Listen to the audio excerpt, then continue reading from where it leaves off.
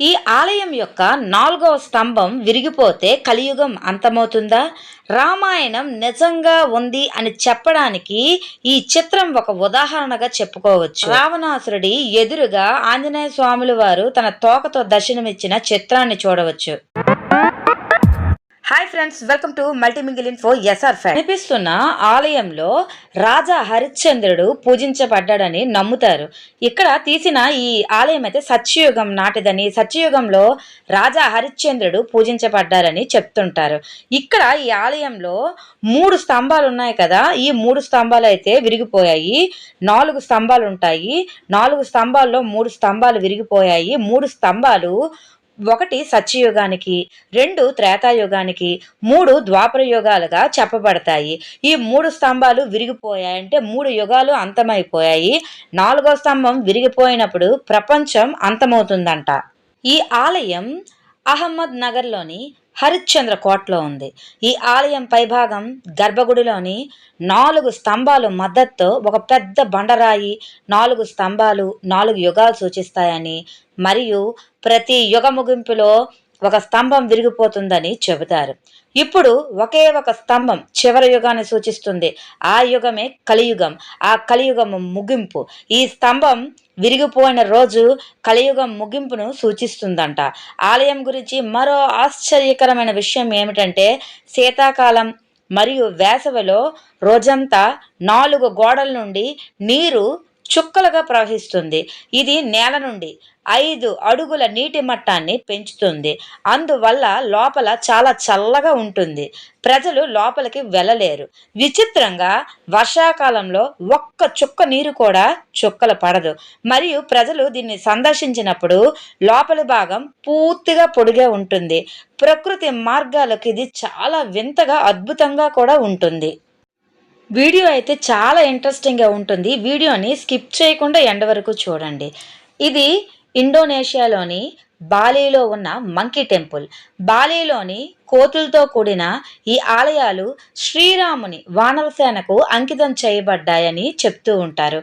మరియు ప్రకృతిలో ఇతర జంతువులతో శాంతి మరియు సామరస్యంతో ఎలా సహజీవనం చేయాలో నేర్పడానికి ఇది ఒక మార్గంగా చెప్పుకోవచ్చు. అలాగే సీక్రెట్ ఫారెస్ట్లో 700 కంటే ఎక్కువ కోతులు, లాంగర్లు మరియు నిమ్మకాయలు ఉన్నాయంట.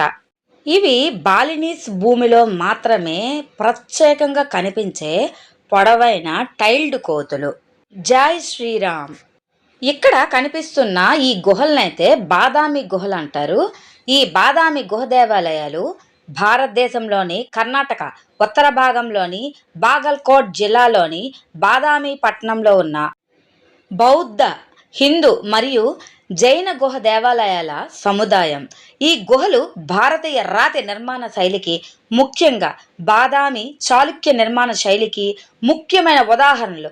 మరియు 6వ శతాబ్దం నుండి ప్రారంభమైంది. ఇవి వచ్చేసి గుహలైతే బాదామి అనేది ఆధునిక పేరు మీద, మరియు దీన్ని గతంలో వాతాపి అని పిలిచేవారు. ఇది 6వ శతాబ్దం నుండి 8వ శతాబ్దం వరకు కర్ణాటకలో ఎక్కువ భాగాన్ని పాలించిన ప్రారంభ చాళుక్య రాజవంశం యొక్క రాజధాని. బాదామి మానవ నిర్మిత సరస్సు యొక్క పశ్చిమ ఒడ్డునైతే ఉంది. ఇది రాతి మెట్టతో కూడిన మట్టి గోడతో చుట్టబడి ఉంటుంది. ఇది ఉత్తర మరియు దక్షిణాన చాళుక్య ప్రారంభంలో మరియు తరువాతి కాలంలో నిర్మించిన కోటలచే చుట్టబడి అయితే ఎక్కువగా ఉంటుంది. 6వ శతాబ్దం నుండే 3D ఆర్కిటెక్చర్తో ఈ పామును చూపించే శిల్పం అయితే, దీని విధానాన్ని అయితే మనం మెచ్చుకోకుండా ఉండలేము. శేషనాగు పాము ఈ ఆర్కిటెక్చర్ శిల్పం అంతా కూడా బాదామి గుహ ఆలయం యొక్క ఈ మొత్తం ఆర్కిటెక్చర్ అయితే ఇది ఒక ప్రత్యేకతగా నిలుస్తుంది. మనం ఈ దీని ప్రత్యేకత ఏంటంటే, శేషనాగు పాము శిల్పాన్ని మనము జూమ్ చేసినప్పుడు, దగ్గరగా చూసినప్పుడు దాని చర్మము ఎలా ఉంటుందని క్లియర్గా మనకు కనిపిస్తుంది. ఇక్కడ కనిపిస్తున్న చిత్రాలన్నీ కూడా హొయసలేశ్వర ఆలయంలో ఉండేవి. ఇది చరిత్రలో ఈ హొయసలేశ్వర ఆలయం 12వ శతాబ్దంలో కర్ణాటక రాష్ట్రంలో తీసిన చిత్రాలు. దీని ప్రత్యేకత ఏంటంటే, ఈ ఆలయంలో మొత్తం 242 కేశాలంకరణలు అయితే ఉన్నాయి.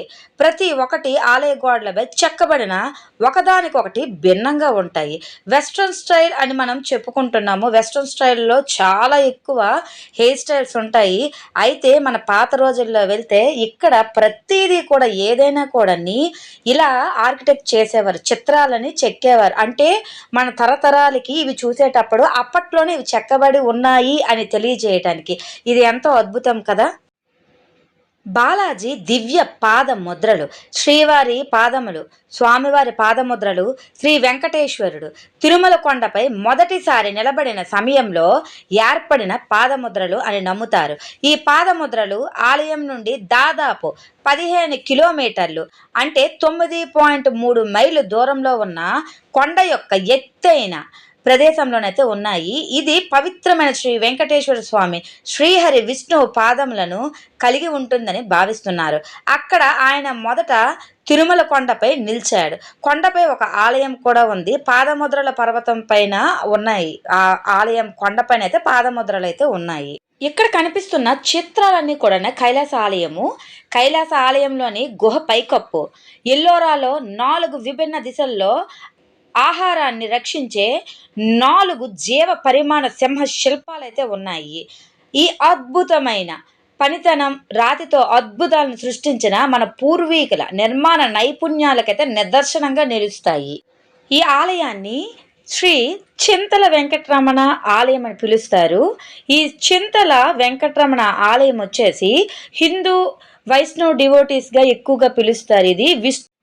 ఇది మన హిందూ వైష్ణవ్ టెంపుల్గా అయితే ఎక్కువగా ఇది మనకి ప్రసిద్ధి చెందింది. దీని ఆర్కిటెక్చర్ అయితే మనకి చూడడానికి చెక్కబడ్డాయి కదా ఈ స్తంభాల పైన. ఇవి చూడడానికి అయితే 2 కళ్ళు సరిపోవు. హనుమంతుడు 10 తలల రావణుడి ముందు తన తోకతో తయారు చేసిన సింహాసనంపై కూర్చున్నట్టుగా అయితే మనకి ఆర్కిటెక్చర్ ఉంటుంది. రామాయణాలు, మహాభారతాలు ఇవి కావ్యాలే కాదు ఉన్నాయి అని చెప్పడానికి ఈ చిత్రాలే ఒక నిదర్శనంగా చెప్పుకోవచ్చు. ఇది వచ్చేసి మన భారతదేశంలోని ఆంధ్రప్రదేశ్లో అనంతపూర్ డిస్ట్రిక్ట్లో తాడిపత్రిలోనైతే ఉంది. నిజంగా రామాయణం ఉంది అని చెప్పడానికి ఈ చిత్రాలు, ఇక్కడ చెక్కబడిన ఈ చిత్రాలే మనకి ఒక నిదర్శనంగా నిలుస్తాయి. ప్రత్యేకత ఏంటి అంటే భగవాన్ రాముడు తన బాణం వేసి అది 7 వృక్షాల గుండా వెళ్తుంది. ఇది వచ్చేసి హొయసలేశ్వర ఆలయము. 800 సంవత్సరాల పురాతనమైనది. ఇది హలేబీడ్లోని హాసన్, కర్ణాటకలో ఉంది. ఇంతవరకు ఈ వీడియో చూసారంటే వీడియోని అయితే తప్పకుండా లైక్ చేసి సబ్స్క్రైబ్ చేసుకోండి. Thanks for watching.